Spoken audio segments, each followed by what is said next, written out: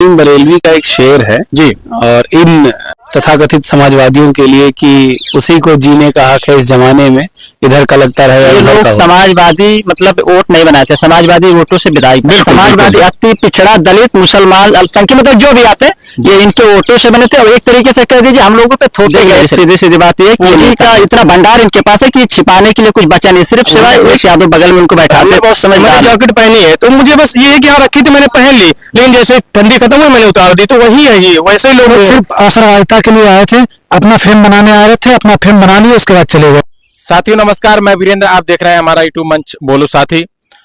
जिस तरीके से आज पूरे दिन राजनीतिक घटनाक्रम घटा कि समाजवादी पार्टी के कुछ विधायक भाजपा में जो कि एनडीए गठबंधन है उसमें शामिल हुए और राज्यसभा के लिए वोट किए, उसी को लेकर के हम लखनऊ विश्वविद्यालय में मौजूद हैं और तमाम रिसर्च स्कॉलर हैं, छात्र हैं लखनऊ विश्वविद्यालय के। उनसे हम बात करेंगे कि जिस तरीके से राजनीतिक घटनाक्रम जो घटा उत्तर प्रदेश के अंदर, तो उसी को लेकर के हम इन तमाम छात्रों से इस मुद्दे को लेकर के बात करेंगे। इनका क्या सोचना है राजनीति को लेकर के, जिस तरीके से उत्तर प्रदेश में जो राजनीति घट रही है उसी पर हम बात करना चाहेंगे। सर, आपका नाम क्या है? मेरा नाम अखिलेश यादव जी। और मैं लखनऊ विश्वविद्यालय में शोध छात्र हूँ।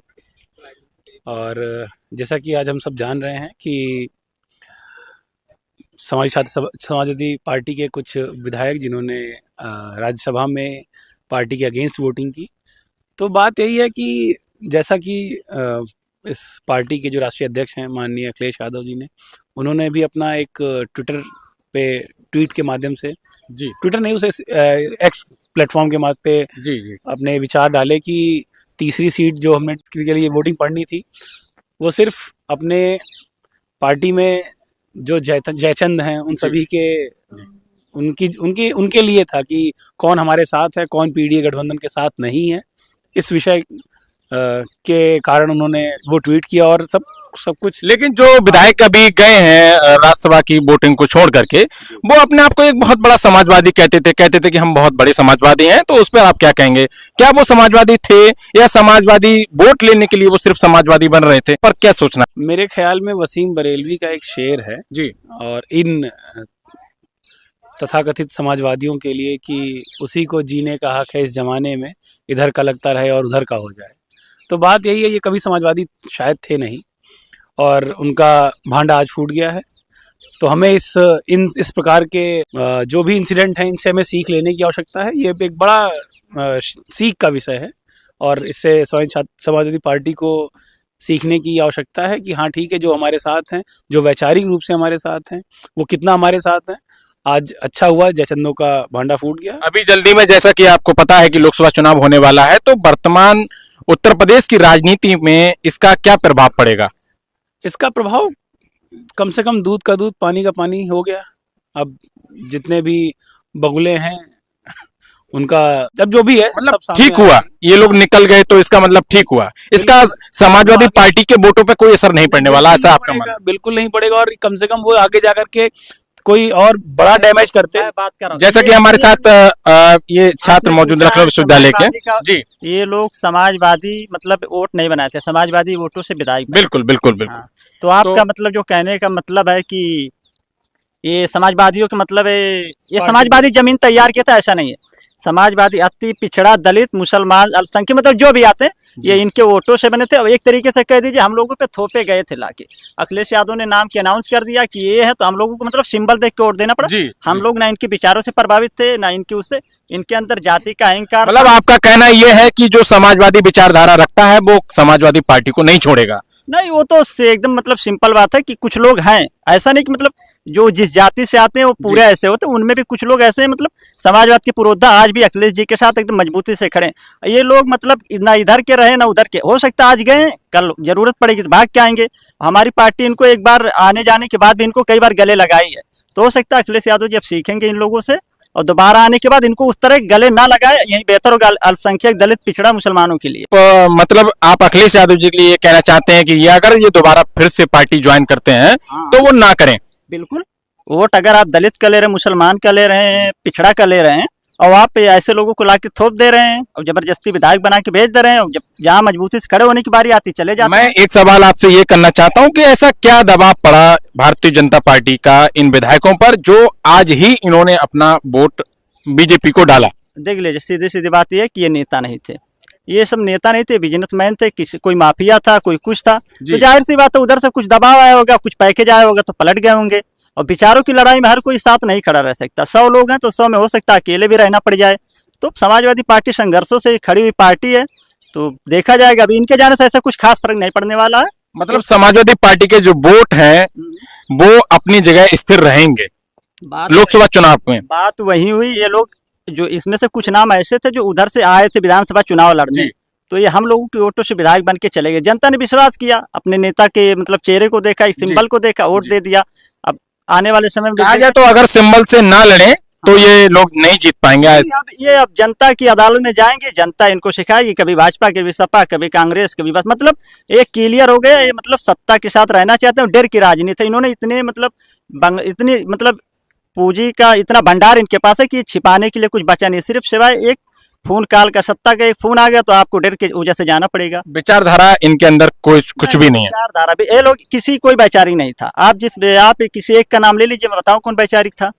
नहीं, जैसा कि आपको पता है कि मुख्य सचेतक के रूप में जो मनोज पांडे जी थे, विधानसभा में बैठते हैं, मुख्य सचेतक का उन्होंने प्रभार संभाला हुआ। तो क्या लगता है आपको मुख्य सचेतक ऐसे थोड़ी बना दिए गए होंगे? तो आप एक चीज ये भी देखिए ना, जब वहीं अखिलेश यादव बगल में उनको बैठाते थे, मतलब जी। सारी इज्जतें दिए। मैंने जैसा देखा कि मेरी बात, अखिलेश यादव जी बगल में बैठा, सारी इज्जत दिए उनको। मतलब हम लोग भी नहीं जाते तो हो सकता है प्रभावशाली अपने क्षेत्र में होंगे, लेकिन वहीं अखिलेश यादव जी जब पीडीए की बात करते हैं, दलित पिछड़ा अल्पसंख्यक की बात करते हैं, तो उसका चेहरा जो उतरा लगता रहता था ना, वो लगता था मतलब अंदर से उसका सामंतवाद मतलब एकदम हावी था। हावी नहीं था। वो ये चाहता, वो अगर मजबूत और होता तो आधी पार्टी को तोड़ देता।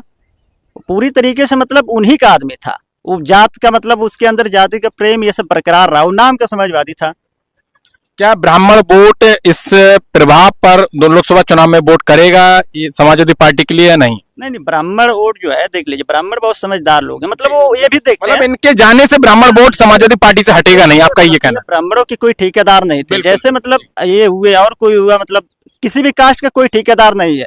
अगर ये लोग गए, एक गया तो 50 लोग खड़े भी हैं अखिलेश जी के साथ, एकदम मजबूती से खड़े हैं। तो कहने का मतलब है अवसरवादिता थे, अवसरवाद की तलाश में रहते हैं। अब हो सकता है कल आप किस लालच में गए, डर से गए, सीबीआई से गए, ईडी से गए, लेकिन ये डर ही की वजह से गए हैं। देखिए, यहाँ पर इन लोगों का कहना है कि जो विधायक समाजवादी पार्टी से बीजेपी में गए हैं वो जिस जाति से आते हैं उस जाति का उत्तर प्रदेश में किसी भी प्रकार का प्रभाव नहीं पड़ने वाला है लोकसभा चुनाव में। जैसा कि मैं आपको बता दूं, हमारे साथ और भी छात्र यहाँ मौजूद हैं जो रिसर्च स्कॉलर हैं, वो इस राजनीति में कैसा सोचते हैं उत्तर प्रदेश के बारे में, वो हम इनसे बात कर रहे हैं। क्या नाम है सर? उमा शंकर यादव जी। तो आज जिस तरीके से आपको पता होगा कि राज्यसभा में समाजवादी पार्टी के विधायकों ने बीजेपी के लिए वोट किया है, उस पर आप क्या कहेंगे? ये इनके वोट करने से ही दिख रहा है कि विपक्ष में थे और ये जाकर के सत्ता पक्ष से डरे हुए हैं लोग हैं, और इनकी कोई विचारधारा नहीं है। जब विचारधारा की लड़ाई है आजकल जो दिख रहा समय, तो ईडी हो, सीबीआई हो, जितने भी चीजें हैं उनसे डरे हुए भी हैं और इनकी विचारधारा नहीं है। अगर इनकी विचारधारा होती तो ये लोग अखिलेश यादव जी के पीडीए फार्मूले को लेकर के वोट करते। जी। हाँ, तो इसका मतलब इनका पीडीए का समर्थन नहीं था? नहीं, इनका पीडीए का समर्थन क्या था? पीडीए का समर्थन तो दिख गया ना आज, और अखिलेश यादव जी ने आज किया भी है। जो ट्वीट किया हाँ, है एक्स पे जो उन्होंने ट्वीट किया उस पे लिखा है कि इनकी परीक्षा की घड़ी थी और ये लोग फेल हो गए। तो यही है कि विपत्ति के समय जो आपके साथ खड़े हैं वही आपके समर्थक हैं, वही आपके दोस्त हैं, या और इसी तरह से वो पार्टी के भी हैं। और अगर इसी तरह से बाहरी लोग आकर के फिर पार्टी में वो वोट लेते हैं, नेता बनते हैं, जैसे कि हमारे साथी इरफान जी ने कहा भी था कि ये लोग कोई नेता नहीं थे, इनको अखिलेश यादव जी ने भरोसा किया और इनको उतार दिया वहां पे।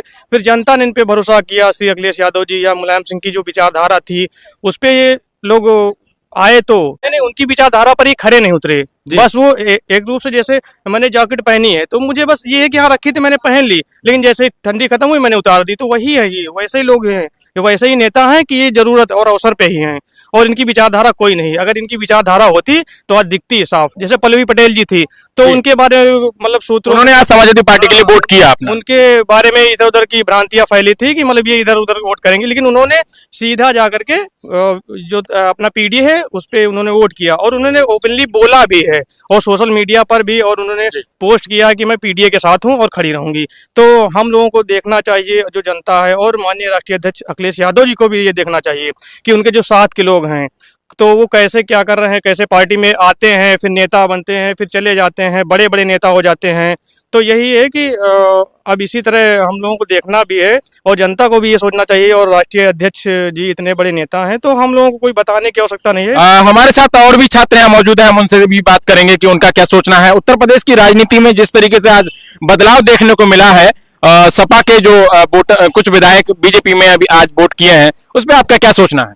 देखिए, ये लोग विचारधारा से नहीं थे, ये लोग सिर्फ अवसरवादिता के लिए आए थे, अपना फेम बनाने आ रहे थे, अपना फेम बना लिए, उसके बाद चले गए। ये लोग लालच में आते हैं कि हमको कहाँ से बोटी मिल रही है और यहाँ नहीं मिली, यहाँ हमारा काम नहीं हो रहा, हम अगली जगह चले जाएंगे।